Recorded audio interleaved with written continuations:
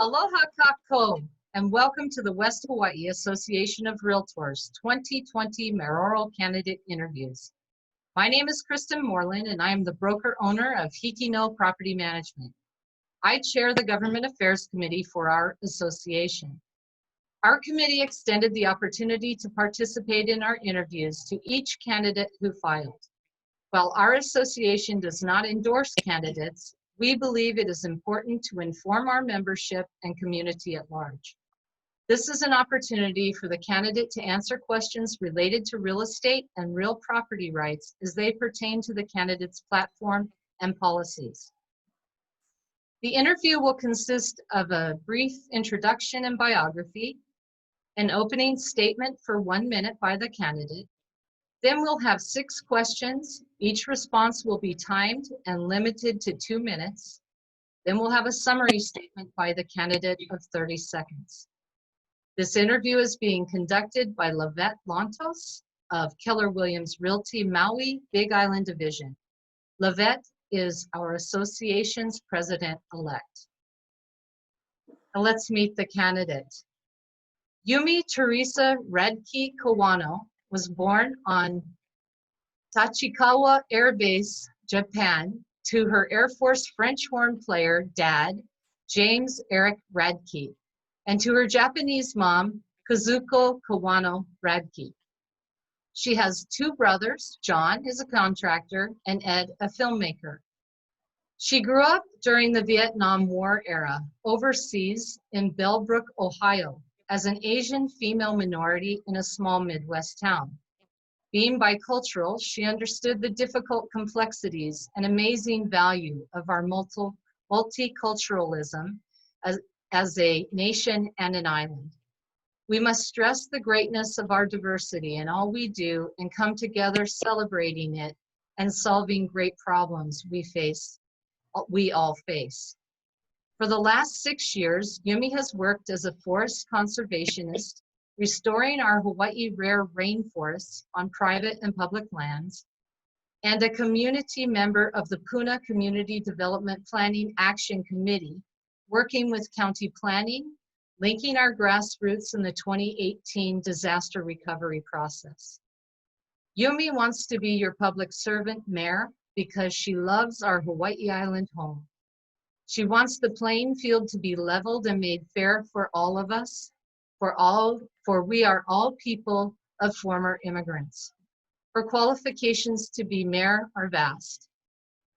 She is a successful single mother of a Hilo High graduate whom graduated with honors with a Bachelor of Arts degree in Mass Communications from Colorado University in Boulder. Yama is her campaign manager. She's a dedicated, caring wife of 15 years for her husband, a Persian Gulf War paratrooper veteran of the 525 MI Brigade Airborne Division. She is an advocate. She advocates hard for our war veterans and their caregivers and the mentally ill. She has taught island-wide science and multiple subjects in Hawaii, Alaska, the Yupik Eskimos, and in Oregon. She's a wildlife and plant biologist.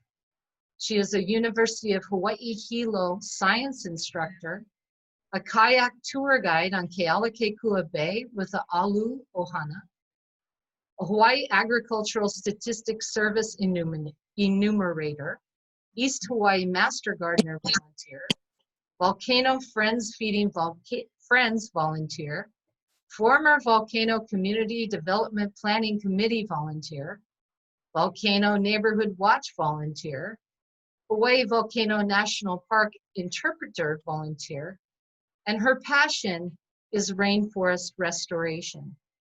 Her education is a Master of Arts in Teaching Secondary Science from Pacific University. Her thesis was on integrating Indigenous and Western knowledge in curriculum. Her Bachelor of Arts and Science in Environmental Biology came from Fort Lewis College in Colorado. At this time, we would like to welcome candidate Kawano to give her opening speech, her opening statement for 60 seconds. Welcome, candidate Kawano. Thank you so much, and mahalo for having me today to talk to the voters of Hawaii Island. One of the reasons I'm running for mayor is because we are at a great crossroad as an island, as a world. And with COVID-19, it's changed the landscape, it's changed everything. And so I think now is a time for really innovative leadership and people who can think outside the box and people who really know how to bring different kinds of people together, because that's what we are. We're multicultural here on Hawaii Island. So, and I've been working with the planning department, so I know a number of people in planning and research and development, and I see where the glitches are. And so I want to be a public servant leader, and I just want to make sure people know that I'm all about communication. It's the most important thing when you're leading people, is to be a really good communicator. So I plan to have a lot of good communication, a lot of training with the staff. So Thank you, candidate Kawano. And now let's move on to our questions. Lavette? Okay, thanks, Kristen, and thanks again, Mrs. Kawano, for joining us today. So our first question for you today is regarding permitting. So in 2015, Department of Business, Economic Development, and Tourism released a report for housing demand saying the Big Island needed 21,564 additional housing units by 2025. We are nowhere near this goal. So contractors cite one of their biggest challenges is the time the permitting approval process takes. Our current permitting process is complicated by a lack of effective communication and procedures between approving departments. So what will you do as mayor to streamline the permitting process and install time limits for review? that's exactly what my concern has been. I'm running as a citizen because I have been working with these departments, and I do find them a challenge to, they ignore us. Right now, I don't know if you know, I'm on the action committee for community development planning, and we're not even having meetings. We haven't had a meeting for a long time now. And so I think one of the most important things I'm going to do is I'm going to have a lot of training on communications, and I'm going to have a public specialist in each department that I will talk to directly about, especially concerns from citizens, and that there'll be a turnaround time within, I'd say, 2 weeks to solve a problem, and there'll be checks and balances to make sure that happens. Because that's been my concern, is sometimes we just get ignored. I'm sure I've been hearing a lot of people feel that way on the island. So yeah. Okay, great. Thank you for that. So our second question is regarding workforce housing. So everyone agrees that there is a need for more affordable housing on the Big Island. Workforce housing brings housing closer to jobs, alleviates traffic congestion, and promotes healthier families and communities. So what ideas do you have to develop and support development of workforce housing? One of my platforms is about making our communities, our town centers, the center of our lives. We all live in certain areas, and we're not self-sufficient. And as we move into more uncertain times, it's going to be more crucial that we are self-sufficient, energy-wise, food-wise, even our housing, because each community has different housing needs. So that's one of the biggest important things, is I'm going to revive those community development planning committees. I'll make sure that there's really good communications between the CDP committees and the county council and the mayor's office. So I wonder if I really answered your question. So I guess what I'm trying to say is that those kinds of, a lot of the economy is going to become more local as time goes on, because we're going to be generating our own energy, our own food. You just see our recycling, everything's going to be done more and more on island. So people are going to be living home, closer to home. And also with the COVID-19 has taught us to work at home. People are working more and more at home with technology like Zoom, like what we're doing here. So I'll be planning on utilizing more and more technology in the office too. So. Okay, great. Yes, definitely technology is giving us to a next new normal, right? So our third question today is about zoning. So this is a two-part question. If I may ask you the both questions first, and then you may answer both of them at the same time. So the first question is, what is your position on short-term vacation rentals in both non-conforming and resort node zone locations? And then after that, do you plan to open additional properties for non-conforming use permits? Okay, I'm going to have to ask you a question here. Not exactly sure what you mean by what's your position on short-term in non-conforming. And resort node zone locations, yeah. So the non-conforming is more, there have been house rules on the short-term vacation rentals that are non-conforming to the rules, and then those that are conforming to the resort nodes, that's specifically for resort nodes. So what is your position on those both non-conforming and resort node locations? So in other words, you've got a group of folks that are following the rules and folks that aren't following the rules. Is that what I'm hearing? Right, yeah, it's based on zoning. It's based on where your property is located, and based on that is what it's zoned for its use. Mm-hmm. You know, I'll be honest with you, I would really have to look into this more closely to give you a really good answer, because I don't have enough information to give you a good answer. So, Oh, okay. okay, sorry. Okay, no, that's fine. Thank you for being honest about that, and we look forward to your answers on that at some point down the road. So our fourth question is regarding short-term vacation rentals, or what we call commonly known as STVR. So with the COVID-19 restrictions, current STVR owners have not been able to rent their units. So in light of this restriction, would your administration offer a complimentary extension to the current expiration of the STVR permits through the year end 2021? Through the year end of 2021. So the extension currently goes to the year end 2020. 2021, yeah. We're in 2020. And would I be willing to extend it? I'd be willing to extend it. Yeah, that's a yes. Okay, great. Thank you so much for that. So we're almost done. Two more questions. So our fifth question is about the infrastructure improvements. So there are many areas of the island that the responsibilities of the county and state overlap, such as roads. If elected, what do you propose to coordinate state and county projects? What do you propose to coordinate state and county projects? So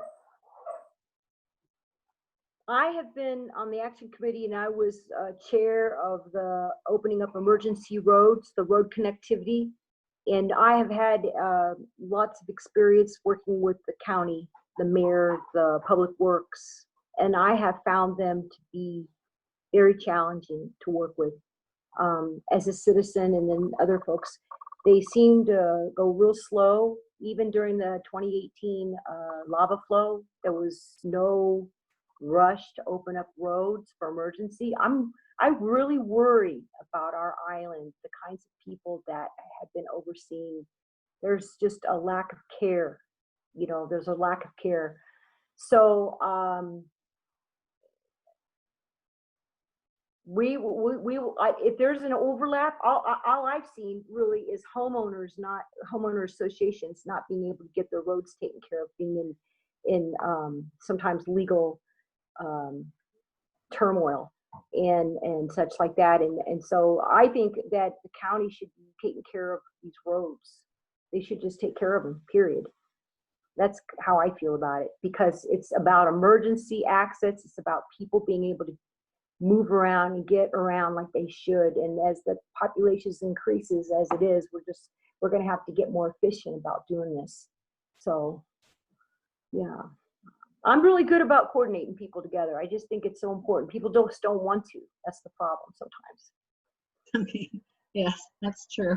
Thank you for that. And then our final question for today is regarding taxation.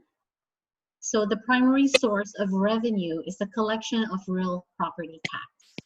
So what other revenue streams do you envision, and how do you plan to balance the budget? Okay, I don't know if a lot of people know this, but there's a lot of FEMA money that's poured into this state because of our disaster 2018 Puna district, which I've been on the active committee. But it doesn't mean I care only about Puna, because they're actually, the county planning is saying they're utilizing us as an example of how they want to work with other communities. But the problem I've seen with the monies with the county is they don't make it clear exactly where and how the money works. I have talked to past county council people, and there doesn't seem to be any sort of, so my idea is that we have to have citizen participation in the budget.